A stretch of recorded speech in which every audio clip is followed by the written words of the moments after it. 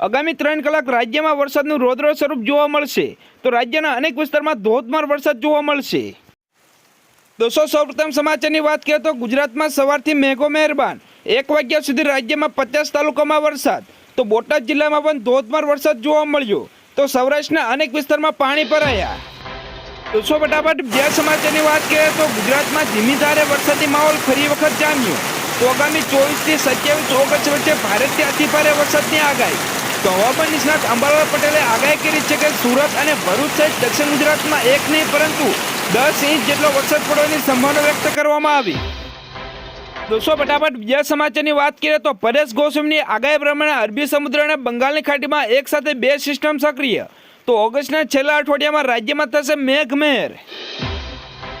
દોસ્તો ફટાફટ બીજા સમાચારની વાત કરીએ તો રાજ્યમાં વરસાદને લઈને હવામાન વિભાગની આગાહી સામે આવી છે જેમાં લો પ્રેશર સક્રિય થતાં ભારે વરસાદની આગાહી કરવામાં આવી છે તો દક્ષિણ ગુજરાતમાં ભારેથી અતિભારે વરસાદની આગાહી તો ઉત્તર ગુજરાતમાં પણ ભારેથી અતિભારે વરસાદની આગાહી કરવામાં આવી છે તો સૌરાષ્ટ્રમાં પણ અતિભારે વરસાદની આગાહી।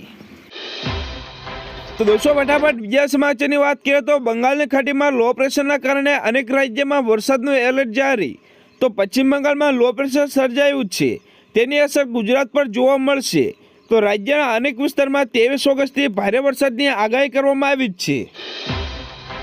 દોસ્તો ફટાફટ બીજા સમાચારની વાત કરીએ તો 23 ઓગસ્ટના રોજ હવામાન વિભાગે કચ્છ સૌરાષ્ટ્રના અનેક જિલ્લામાં ગાજવીજ સાથે હળવાથી મધ્યમ વરસાદની આગાહી કરી છે જ્યારે ઉત્તર ગુજરાતના અનેક જિલ્લામાં વરસાદની આગાહી કરવામાં આવી છે। દોસ્તો ફટાફટ બીજા સમાચારની વાત કરીએ તો 27 ઓગસ્ટ સુધી રાજ્યમાં થશે ભારે વરસાદ તો 24 થી 26 સુધી ઓરેન્જ એલર્ટ જારી તો ગુજરાત રાજ્યમાં છેલ્લા 2 દિવસથી વરસાદી ગતિવિધિ તેજ થઈ છે। તો દોસ્તો ફટાફટ બીજા સમાચારની વાત કરીએ તો હવામાન વિભાગ દ્વારા કરવામાં આવેલી આગાહી અનુસાર રાજ્યમાં ફરી ધીમી ધારે વરસાદી માહોલ જામ્યો ત્યારે આજે વહેલી સવારથી રાજ્યના 27 તાલુકામાં નોંધપાત્ર વરસાદ જોવા મળ્યો। તો દોસ્તો ફટાફટ બીજા સમાચારની વાત કરીએ તો હવામાન નિષ્ણાત અંબાલાલ પટેલના જણાવ્યા મુજબ આગામી 23 તારીખ સુધી રાજ્યના વિવિધ ભાગોમાં હળવાથી ભારે વરસાદી ઝાપટા પડશે જોકે 24 થી 27 ઓગસ્ટ દરમિયાન રાજ્યના અનેક ભાગોમાં ભારેથી અતિભારે વરસાદ રહેશે તો ખાસ કરીને ડાંગ સુરત ભરૂચ જેવા દક્ષિણ ગુજરાતના કેટલાક ભાગોમાં એક દિવસમાં 10 ઇંચ જેટલો વરસાદ તૂટી પડશે જ્યારે કેટલાક ભાગોમાં 6 થી 8 ઇંચ વરસાદ પડી શકે છે। દોસ્તો ફટાફટ બીજા સૌથી મહત્વના સમાચારની વાત કરીએ તો 450 રૂપિયામાં ગેસ સિલિન્ડર મળશે। થોડા દિવસો પહેલા મધ્યપ્રદેશના મુખ્યમંત્રી મોહન યાદવે લાડલી બહેન યોજના હેઠળ 450 રૂપિયામાં એલપીજી સિલિન્ડર આપવાની વાત કરી હતી તો સીએમ મોહન યાદવે કહ્યું કે રાજ્યની 40 લાખથી વધુ પ્રિય બહેનોને જેમની પાસે પ્રધાનમંત્રી ઉજ્જવલા યોજના અને નોન પ્રધાનમંત્રી ઉજ્જવલા યોજના હેઠળ ગેસ સિલિન્ડર છે તેમને 450 રૂપિયાના દરે ગેસ સિલિન્ડર આપવામાં આવશે તો આ ઉપરાંત લાભાર્થી બહેનોને સરકાર દ્વારા દર મહિને રૂપિયા 1250ને બદલે 1500 રૂપિયા આપવાનું કહ્યું છે। દોસ્તો ફટાફટ બીજા સમાચારની વાત કરીએ તો મહારાષ્ટ્રના ખેડૂત ભાઈઓ માટે સારા સમાચાર સામે આવ્યા છે। રાજ્યના 44 લાખ ખેડૂતોને આગામી 5 વર્ષ માટે એપ્રિલથી મફત વીજળી આપવામાં આવી રહી છે જ્યારે મુખ્યમંત્રી સૌર કૃષિ વાહિની યોજના અને સોલાર પાવર પંપ યોજના દ્વારા દિવસ દરમિયાન વીજળી પૂરી પાડવામાં આવે છે। તો દોસ્તો ફટાફટ બીજા સૌથી મહત્વના સમાચારની વાત કરીએ તો હવામાન વિભાગની આગાહી અનુસાર રાજ્યમાં ભારે વરસાદની આગાહી કરવામાં આવી છે તો આગાહી અનુસાર વલસાડ નવસારી દમણ દાદરાનગર હવેલીમાં ભારે વરસાદની આગાહી કરવામાં આવી છે તો એક સપ્તાહ બાદ રાજ્યમાં સારા વરસાદની સંભાવના છે તો 7 દિવસ બાદ ઉત્તર અને મધ્ય ગુજરાતમાં સારા વરસાદની આગાહી કરવામાં આવી છે તો સૌરાષ્ટ્રના અનેક જિલ્લામાં વરસાદની આગાહી કરવામાં આવી છે। દોસ્તો ફટાફટ બીજા સમાચારની વાત કરીએ તો મોટી સિસ્ટમ અતિવૃષ્ટિ ઓગસ્ટ મહિનામાં છેલ્લા અઠવાડિયામાં એવો વરસાદ પડશે જેવી રીતે જુલાઈ મહિનાની અંદર પશ્ચિમ સૌરાષ્ટ્ર જામનગર ગીર સોમનાથ પોરબંદર જૂનાગઢમાં જે વરસાદ પડ્યો હતો તેવો વરસાદ જોવા મળશે તો 22 થી 30 ઓગસ્ટ દરમિયાન નોંધાઈ શકે છે તો અમુક જગ્યાએ અતિવૃષ્ટિ જેવો માહોલ જોવા મળે તેવો વરસાદ નોંધાઈ શકે છે તો ખાસ કરીને ગુજરાતના કેટલાક વિસ્તાર એવા છે વરસાદથી વંચિત છે એવા વિસ્તારમાં પણ કદાચ આ વરસાદનો લાભ મળી શકે છે। તો દોસ્તો ફટાફટ બીજા સમાચારની વાત કરીએ તો પાક નુકસાનને લઈને મોટા સમાચાર ગુજરાતમાં ભારે વરસાદના કારણે ખેતી પાકને નુકસાન થયું હતું તો 9 જિલ્લામાં આશરે 4 લાખ હેક્ટર વિસ્તારમાં સર્વેની કામગીરી પૂર્ણ કરાઈ છે. તો પાક નુકસાનના સર્વે માટે તંત્રે 171 જેટલી ટીમો કામે લગાવી હતી. તો સરકારને આ સર્વે પૂર્ણ કરવામાં 15 થી 20 દિવસનો સમયગાળો લાગ્યો છે. તો દોસ્તો ફટાફટ બીજા સમાચારની વાત કરીએ તો ગુજરાત સરકારનો મોટો નિર્ણય. મુખ્યમંત્રી યુવા સ્વાવલંબન યોજના. તેજસ્વીઓને જરૂરિયાતમંદ વિદ્યાર્થીને ઉચ્ચ શિક્ષણ માટે જરૂરી આર્થિક સહાય આપવામાં આવશે. તો ટ્યુશન ફી માટે 10,000થી લઈને 2 લાખ સુધીની વાર્ષિક ટ્યુશન ફી આપવામાં આવે છે.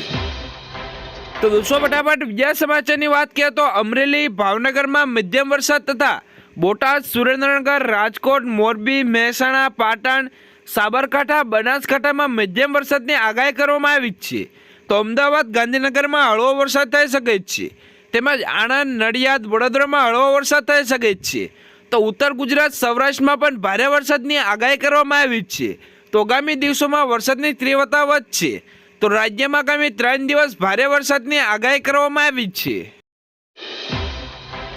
તો દોસ્તો ફટાફટ બીજા સમાચારની વાત કરીએ તો હવામાન નિષ્ણાત અંબાલાલ પટેલે લેટેસ્ટ આગાહી કરતા જણાવ્યું કે 23 થી 26 ઓગસ્ટ દરમિયાન ગુજરાતના ભાગોમાં ભારેથી અતિભારે વરસાદની શક્યતા રહેશે.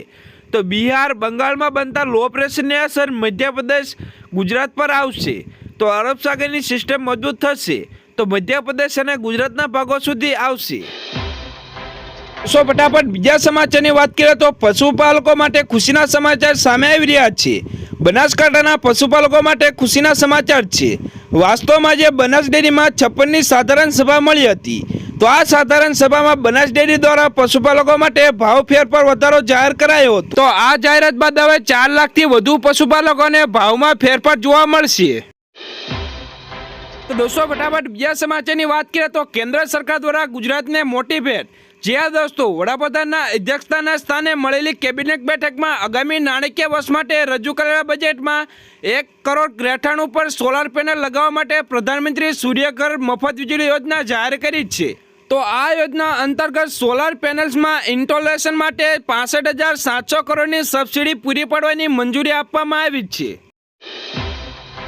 તો દોસ્તો ફટાફટ બીજા સમાચારની વાત કરીએ તો આજે રાજ્યના તમામ જિલ્લામાં ગાજવીજ સાથે હળવાથી મધ્યમ વરસાદની સંભાવના.